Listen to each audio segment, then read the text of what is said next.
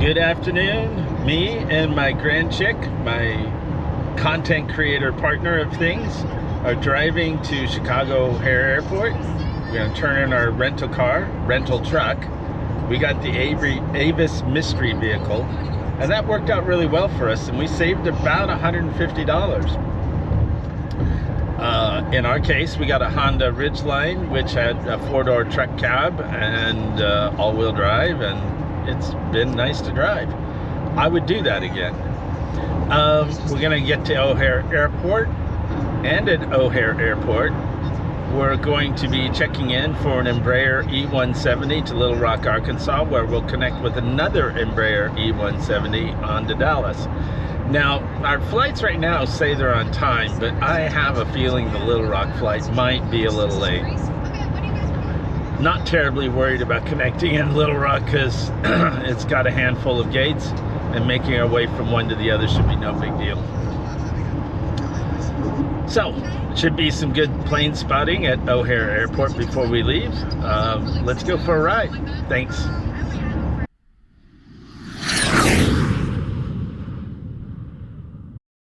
This flight leaves Chicago, goes to Little Rock, and then onward to Dallas-Fort Worth for a total of about 850 miles.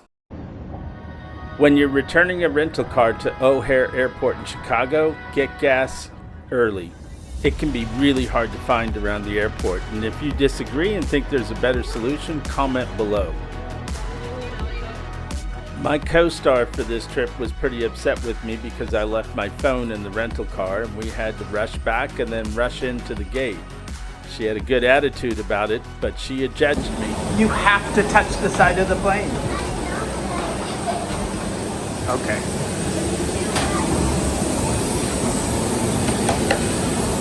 The co-star doesn't approve of having to touch the side of the plane because it puts her next to the big crack between the jetway and the plane, and she doesn't like that crack.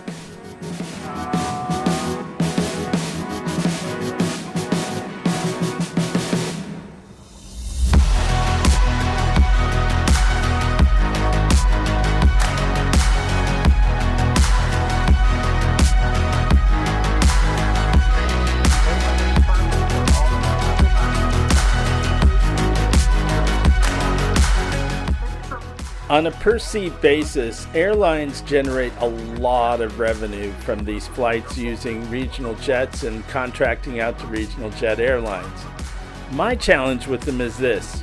The seats tend to be in worse condition, the windows are dirty, the aircraft is dirty, the overhead baggage compartment is very reduced in space, and yet you're paying full price. You're paying the market rate for that flight, whether it's on a commuter jet operated by an independent airline or whether it's on a mainline aircraft such as a Boeing 737. If these flights were cheaper and more, economical in other ways, they'd be worth it. But they're not cheaper. In fact, often they're more expensive.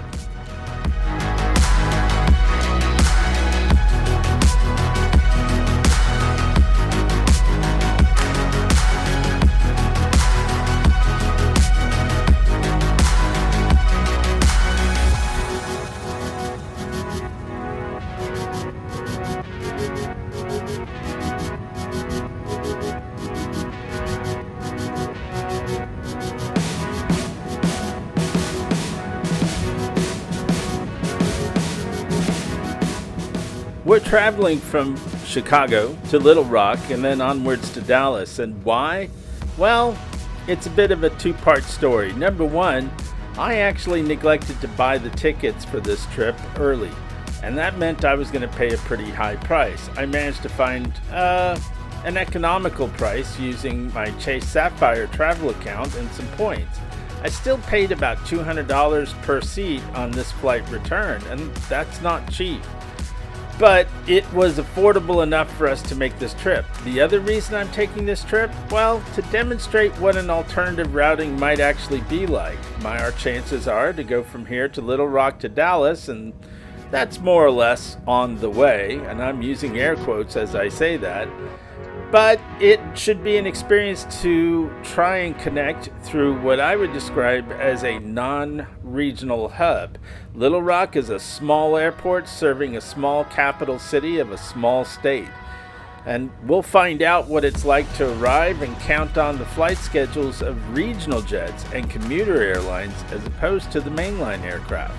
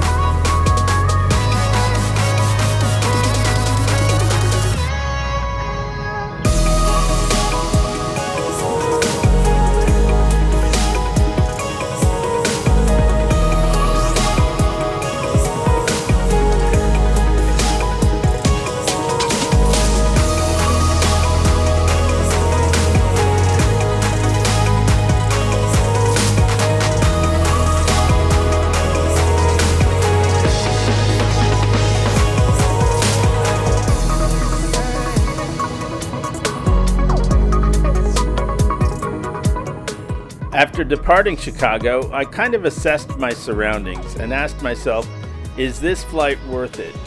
In the sense of getting home for a price that I could afford, yes. In the sense of the aircraft quality, I would even say this particular Envoy operated Embraer 170, well, it had better seats than average for a commuter airline, and I will give it that. On the other hand, it was packed tight with people, it was hot, and there was very little overhead space. In fact, we would have been unable to bring our baggage on board but for the fact that I am an executive platinum with American and we got priority boarding. Now, is this the right kind of flight for you? Well, some days you're going to win and some days you're going to win less.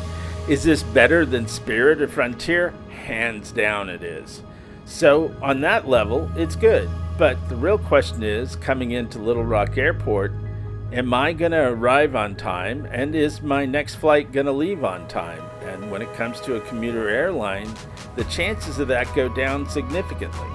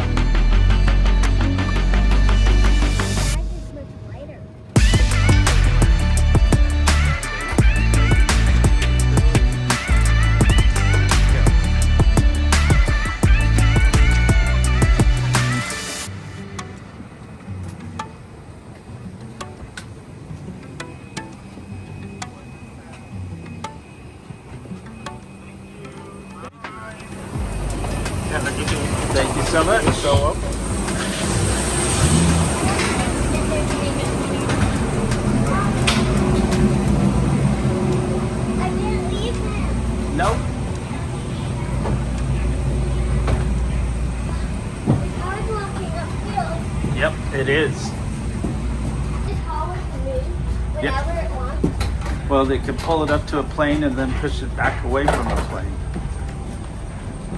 So it's movable.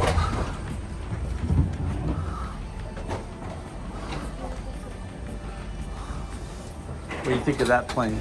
That's a blue too. Should we stop and look?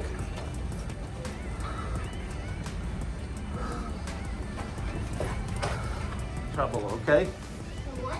Trouble. What do you mean? We'll go get into some trouble.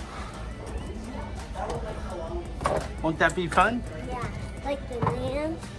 Like the lambs. We'll be the lambs too. Yeah. As soon as we arrived, I checked the status of our next flight, and immediately I knew we would not be leaving on time. In fact, we ended up hanging around this airport for quite a while, and we didn't leave until after 9 p.m. Our original connection was supposed to be just 45 minutes, so that's not a big win. And in a small airport like this, let me tell you something, there are few places to spend your time.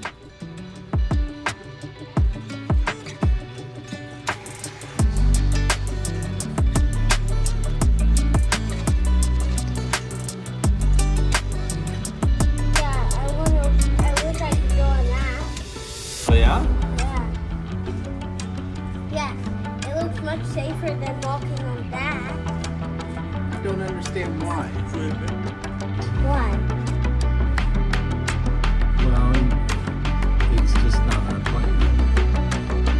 Our plane isn't going to do a video. Oh. Oh.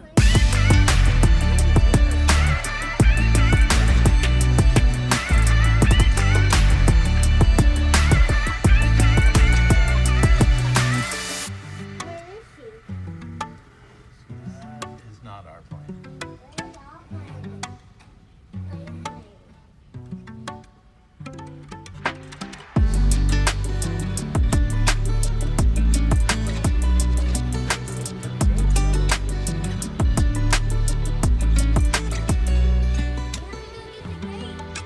Finally, our plane arrived, and it disembarked and started to board people relatively quickly. So that is the upside of a smaller aircraft at an outstation. Resources are able to dedicate themselves more to that single flight. We got on board, we got settled in, and by this point, my co-star, she was looking forward to getting home.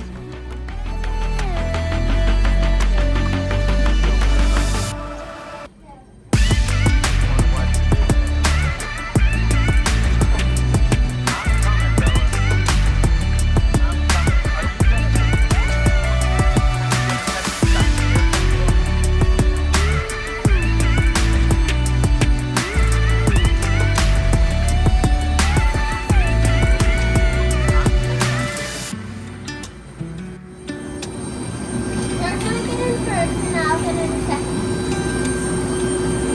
Yes, but let me put our baggage up. Okay, I'm getting in first, you're getting in second. I'm doing Oh, come on, Bella. Please. Okay. Okay. But we gotta keep the screen up this time.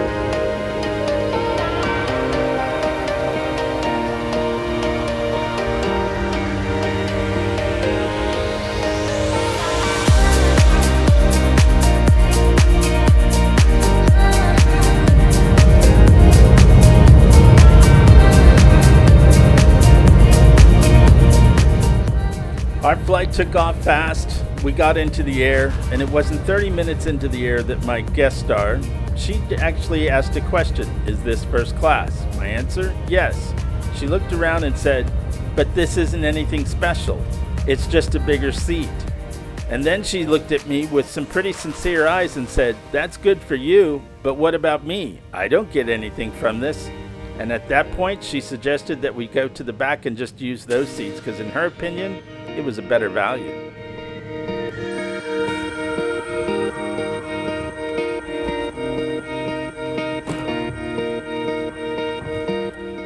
Would I recommend this as a solution to go home every time? No, I wouldn't. Would I try to save money this way every time?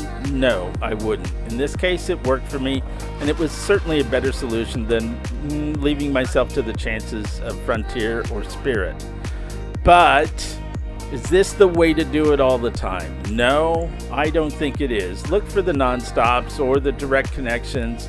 Connecting in and out station can have its risks. In this case, during the summer with relatively good weather most of the time, it was worth a shot, and this worked out. That's all we've got for this trip. We really appreciate you, and if you would consider it, please share this video with a friend or a family member, and remember to like and comment. That helps us tremendously, and we look forward to seeing you on the next video.